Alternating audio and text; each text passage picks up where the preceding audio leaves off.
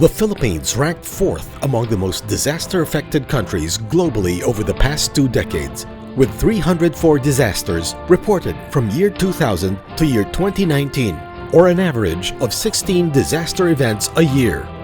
From July 2020 to May 2021, 9 tropical cyclones were recorded. On August 18, 2020, a 6.6 magnitude earthquake hit Katatangan, Masbate.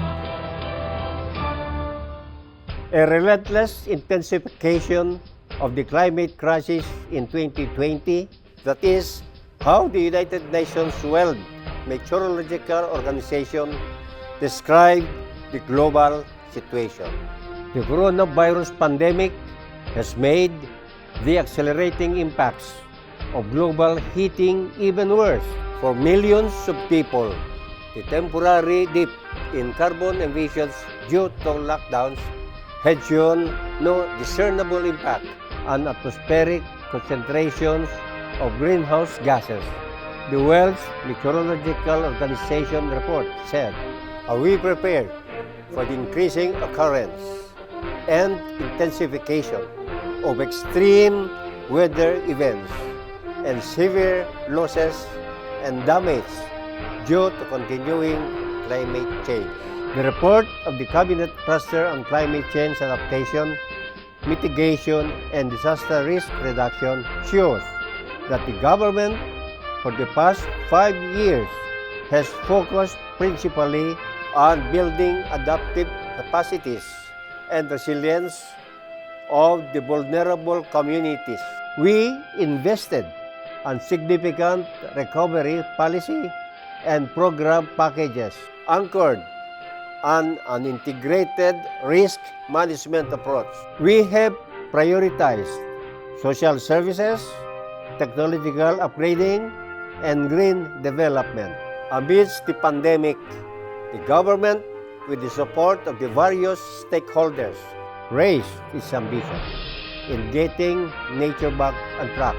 We acted on enhancing natural systems and protection to support resilience to climate change, natural disasters, and health challenges. When President Rodrigo Duterte's administration began, we exclaimed, "Change is coming." Nilayon nating itatak ang katatagan, the character of governance, in addressing environment and sustainable development. Change dramatically. Sa aming huling pag-uulat, handog namin pamanang katatagan.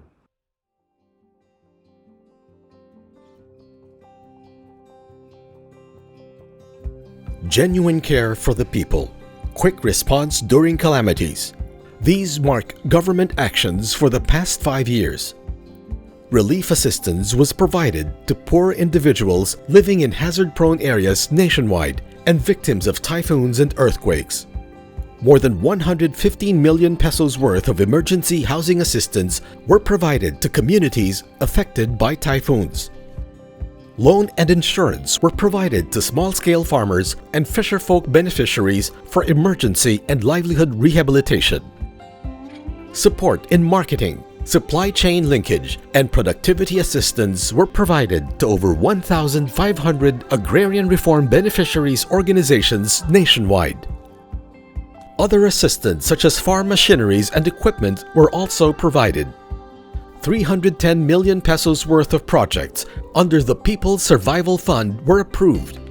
For a more strategic response to areas hardly hit initially by typhoons Rolly and Ulysses, Task Force Build Back Better, composed of 26 member agencies, was created through Executive Order No. 120 Series of 2020. The focus areas are Cagayan River Basin, Marikina River Basin, and Bicol River Basin. 19 sandbars constricting the flow of water in Cagayan River shall be removed, starting with Magapit Narrows in Bangag, Lalo, Cagayan. Bamboo and suitable species have been planted to protect riverbanks. To assist in the livelihood recovery of areas hit by typhoons in Region 2, Livelihood Fund, Tupad Payout, Fiberglass Bangkas, and nego carts were awarded. After decades since the formulation of the Cagayan River Master Plan, actual river restoration through dredging already started in the mouth of the river. This should allay fears of massive flooding experienced during Typhoon Rolly. The removal of the illegal reclamation in Marikina River, which contributed to massive flooding, has started. Phase 1 of the dredging operations in the 3 priority sites is now complete. Fruit-bearing trees and bamboo were planted in the lower Marikina watershed. To stabilize riverbanks, bamboo culms were planted in the upper Marikina River Basin protected landscape. 90 units of check dams used to reduce riverbank erosion were also desilted for maintenance.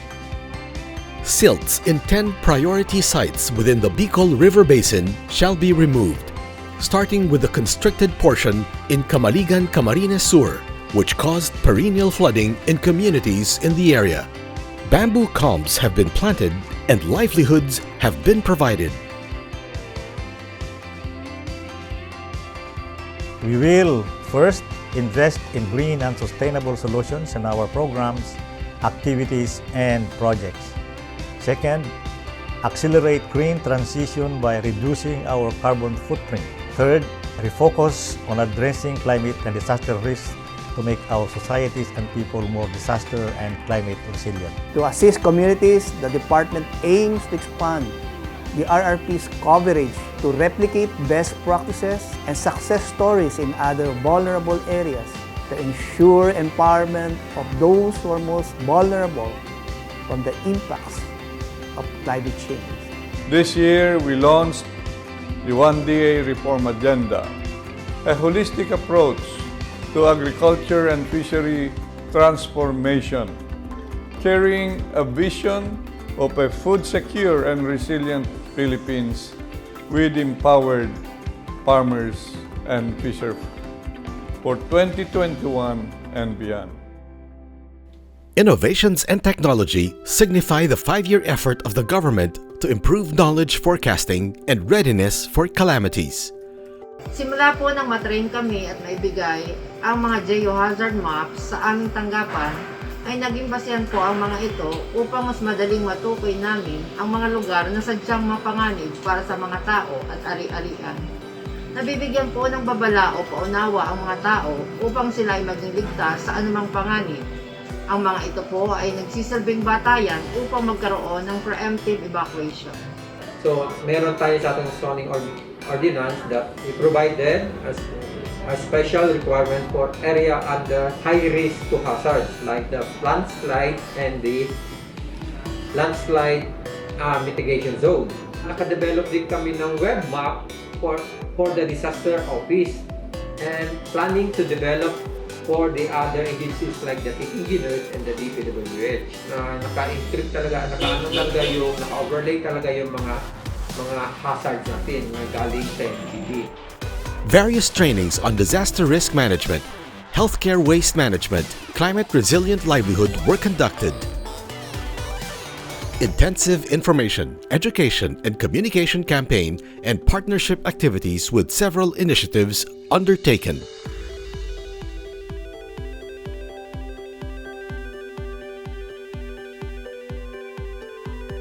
State-of-the-art technologies were installed to improve marine forecasting and flood disaster mitigation and earthquake detectability. To facilitate new technological advancements, researches and innovation programs are pursued. This will greatly enhance the growth potential of recovery investments in the country. The National Disaster Risk Reduction and Management Plan for 2020 until 2030 was completed, pursuing safer, adaptive, and disaster-resilient Filipino communities towards sustainable development. Bangko Sentral ng Pilipinas has directed banks and other financial institutions to integrate climate change and other environmental and social risks in their enterprise-wide risk management frameworks.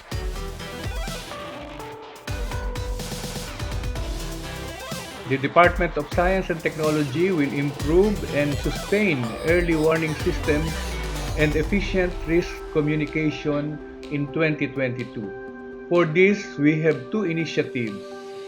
First is the multi-hazard and impact-based early warning system project that enables PAG-ASA to do impact-based forecasting.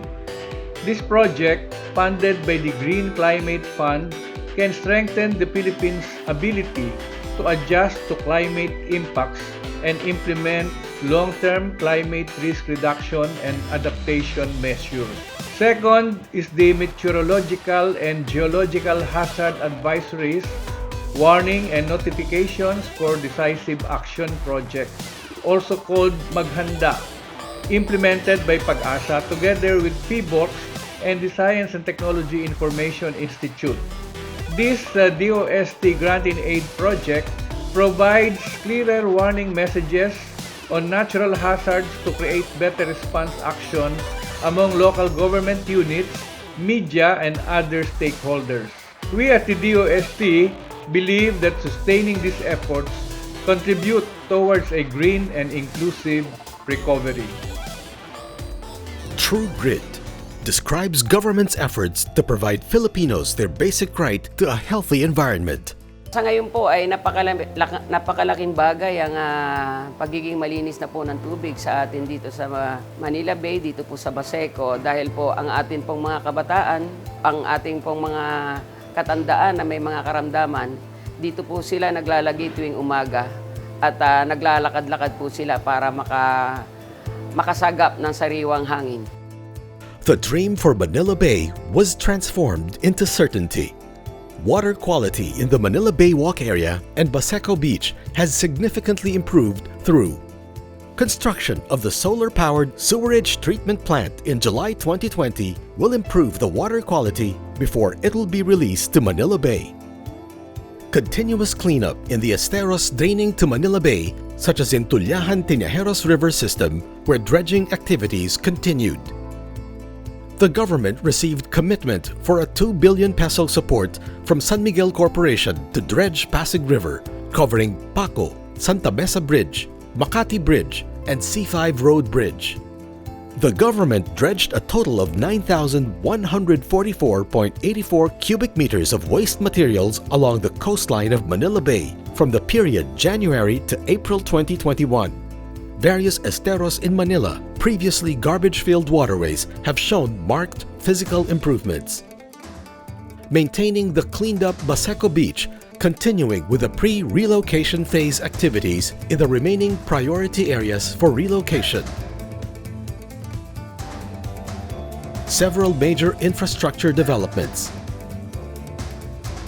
And the beach nourishment or beach replenishment in the Manila Bay Walk, which was undertaken to prevent coastal erosion and increase beach width. A new Manila Bay is now for every Filipino to experience. Not only the magnificent sunset, but the beauty and the warmth of the beach itself.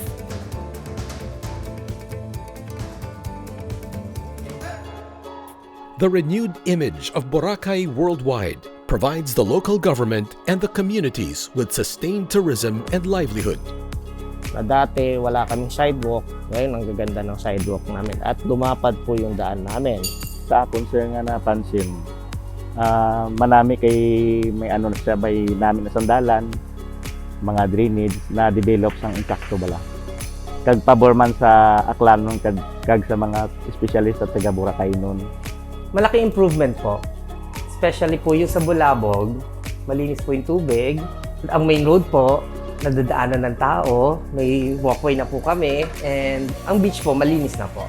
Strengthened enforcement of various environmental laws, including the regulation on the beach and road easement, has resulted in demolition of illegal and encroaching structures. Upgrading of the drainage system has reduced flooding in Boracay during the rainy season. The upgrading of septage and sewerage facilities resulted in improved water quality. Improvement and widening of the Boracay Circumferential Road has lessened congestion. An integrated wetland management plan is being implemented in partnership with the private sector and the LGU. 5 wetlands have been adopted for rehabilitation by several companies. The programs and projects by the member agencies have generated jobs and sustained livelihood and business opportunities for local communities within the island. During the pandemic, reforestation efforts through the Enhanced National Greening Program, or ENGP, became a steady source of livelihood support for the communities. Kinbuyan sa una sa mananagat, kinbuyan pangisda. Sakto-sakto ra pod ang kuan income nga makakuskusan ang kadadlaw nga panginanglan. Sa una gud na organize nami. Kami mo yung napili sa ENGP nga asosasyon nga mo ilang nasaligan aning proyektuha. Among ipangtanom pagsugod yung bungarol o bakhaw. Kadako katabang ang ENGP sa muang kuha sa financial lang. Ang among asosasyon nakapundusan lumikan sa sa ENGP. Ito drone naalagya po na yung mga sa pundo sa among asosasyon. Ang sa environment dako kay po katabang ang pagpananom o bakhaw. Bungarol sa dagat kay makatabang ko ni siya sa mga sakuna nga moabot sa ang lungsod o lugar para may tidal wave. Di ata karon sa sitio Kahilunan Rizal Katigdian Bohol. Ang mga proyekto nga among gitanong ni kanin maong kawayan. So ang kawayan mao ni amo ang ipatanom sa mga katawhan ug among gitagaan po sa nag-inadlaw nga libot. Takunhuran jud ang kapopulasyon sa akong mga katawhan ni sa mga barangay. Almost 25 libor ang nakabenepisyo aning dapita. Adopting the family approach as a strategy, upland and rural families were engaged in the reforestation and were provided additional income during the pandemic. Participation of the private sector in the establishment of new ENGP plantations, reforestation and mangrove rehabilitation was actively pursued.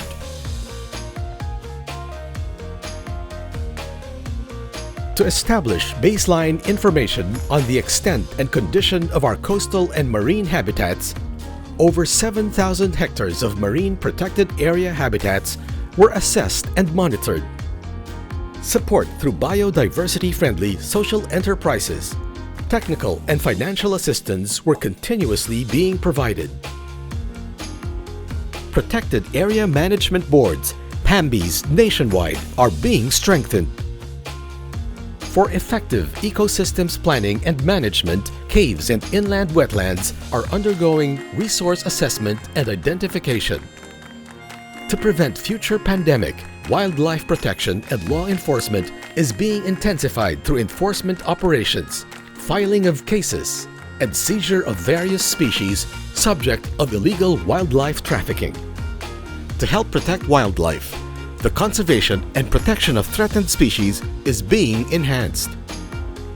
To ensure supply of water, watershed management is supported with key actions such as comprehensive water resources assessment, groundwater resources vulnerability assessment and planning, conducted in 45 cities and municipalities.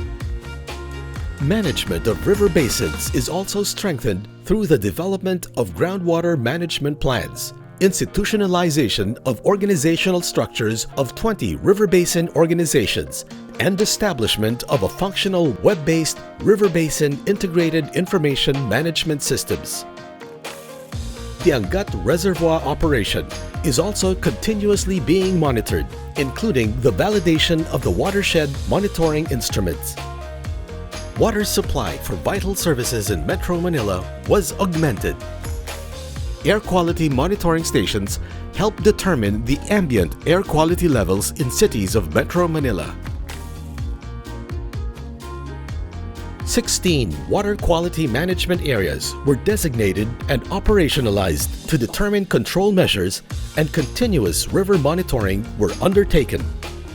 To improve healthcare waste management, regulations on healthcare waste transporters and treatment, storage and disposal, TSD facilities were streamlined.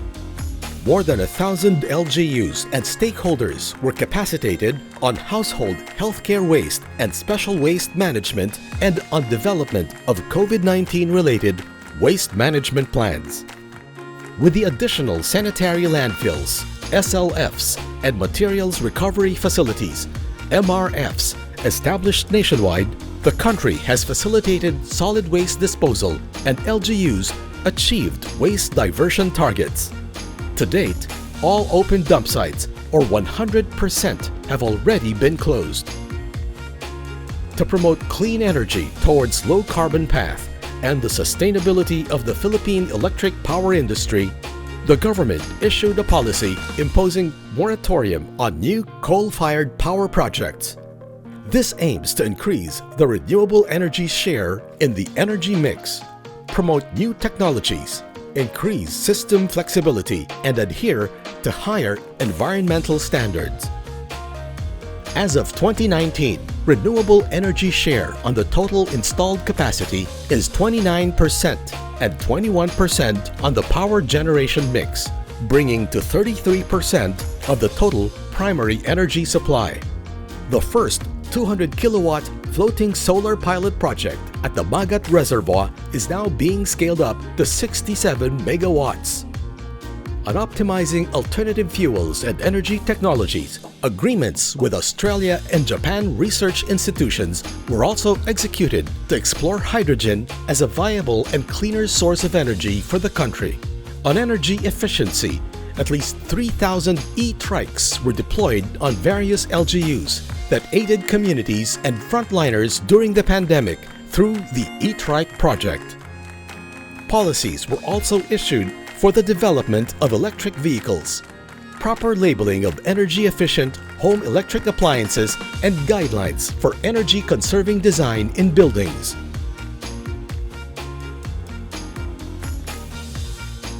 The Department of Energy continues to work towards providing all Filipinos with clean, efficient, resilient, reliable, and affordable energy. Every day, we find ways for energy to further enhance the quality of the lives of our people. Together with the entire energy family and all the stakeholders, we have not allowed any calamity, not even the COVID-19 pandemic, to hinder us from pursuing this mandate.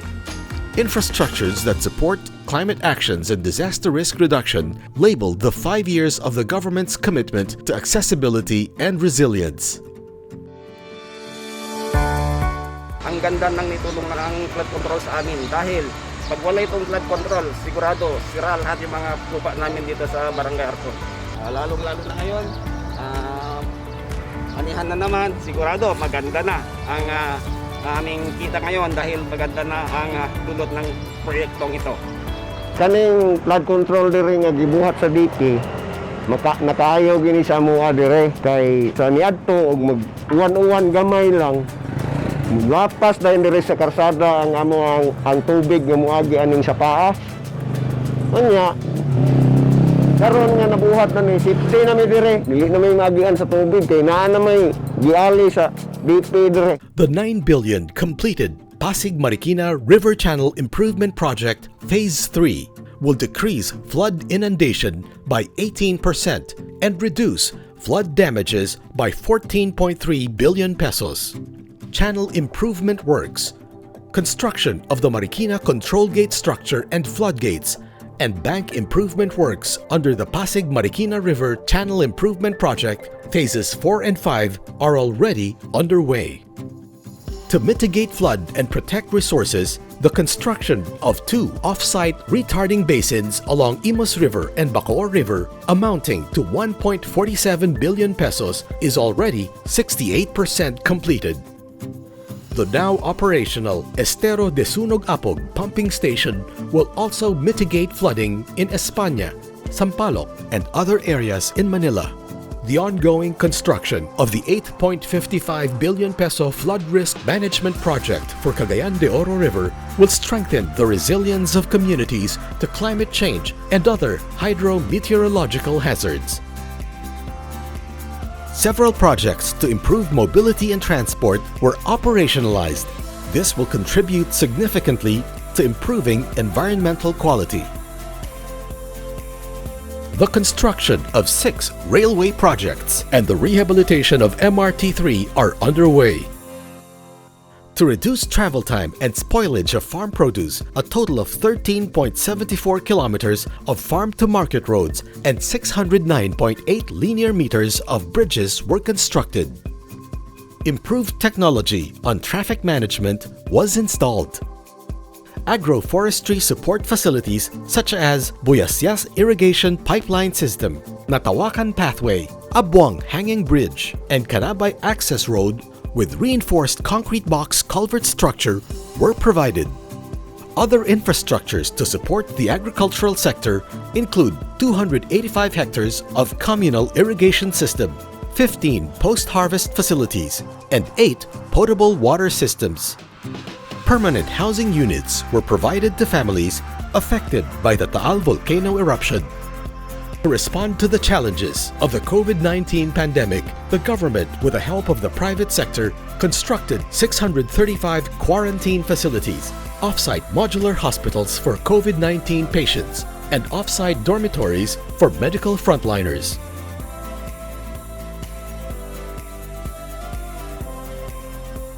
We have been building additional evacuation centers, quarantine and isolation facilities, and flood control structures. We are rehabilitating and building new pumping stations in susceptible areas and retrofitting national buildings in Metro Manila and critical bridges on national roads in preparation for damaging earthquakes that may happen in the unknown future.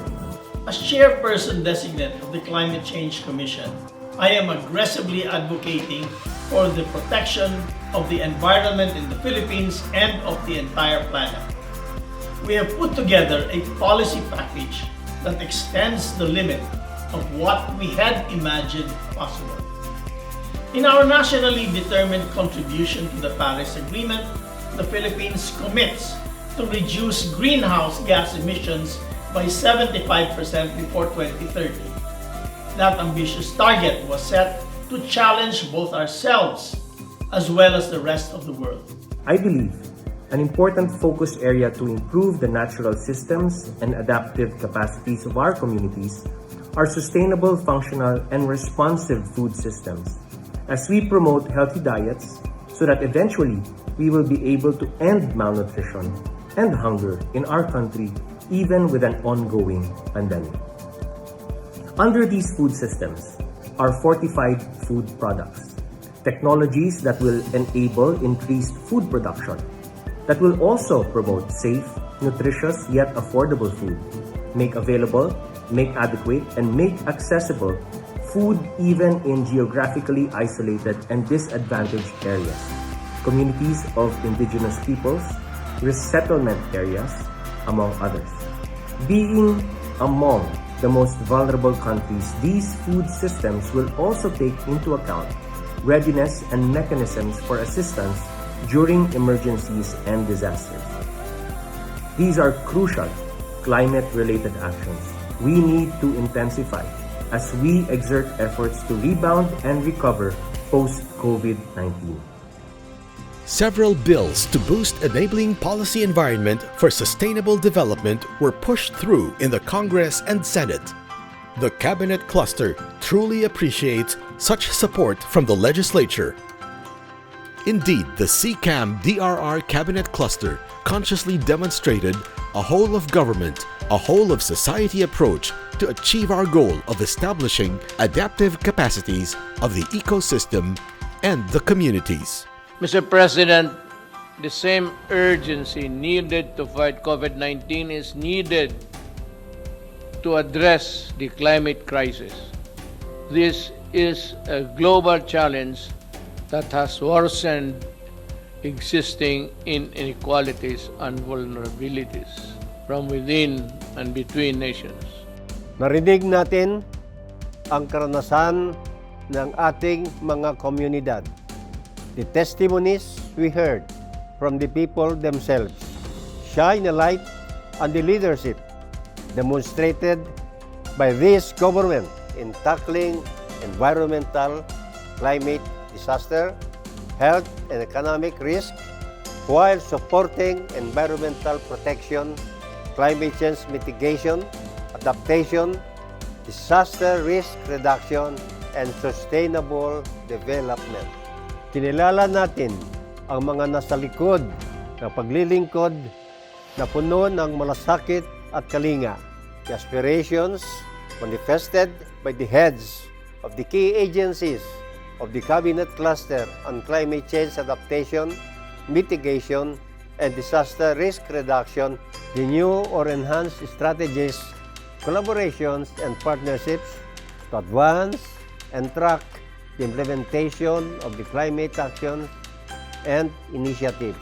For the past years of this administration, we have embarked and carried out a wide-ranging reforms to foster improved environmental governance, sustainable infrastructure, renewable energy, and knowledge management on climate and disaster solutions.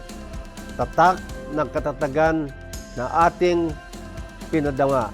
During this pandemic, we endeavored to rebalance health, environment, and economy by harnessing support to securing a vibrant ecosystem, but still boost livelihoods and inject green recovery efforts and nature-based recovery pathways. The momentum for change we have established sent a strong political signal. We did not only see change coming, but we see essential change happening.